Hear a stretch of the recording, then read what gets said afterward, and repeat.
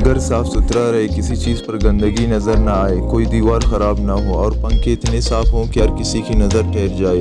हमारे यहाँ अक्सर यही ख्याल किया जाता है कि इंसान की खूबसूरती का मियार उसके घर की सफाई और खूबसूरती से होता है। ये बात सच भी है, मगर ज़्यादातर लोग घर की सफाई तो कर लेते हैं, लेकिन उनके पंखे इतने गंदे और मिट्टी जमी हुई होती है कि कोई देखे तो बुरा लगता है। और कुछ घरों में तो पंखे इतने गंदे होते हैं कि पंखा चलाएं तो मिट्टी गिरने लगती है। आज हमारे YouTube चैनल से जानिए एक ऐसी आसान टिप जिससे सिर्फ 5 मिनट में आपके पंखे बिल्कुल साफ हो जाएंगे।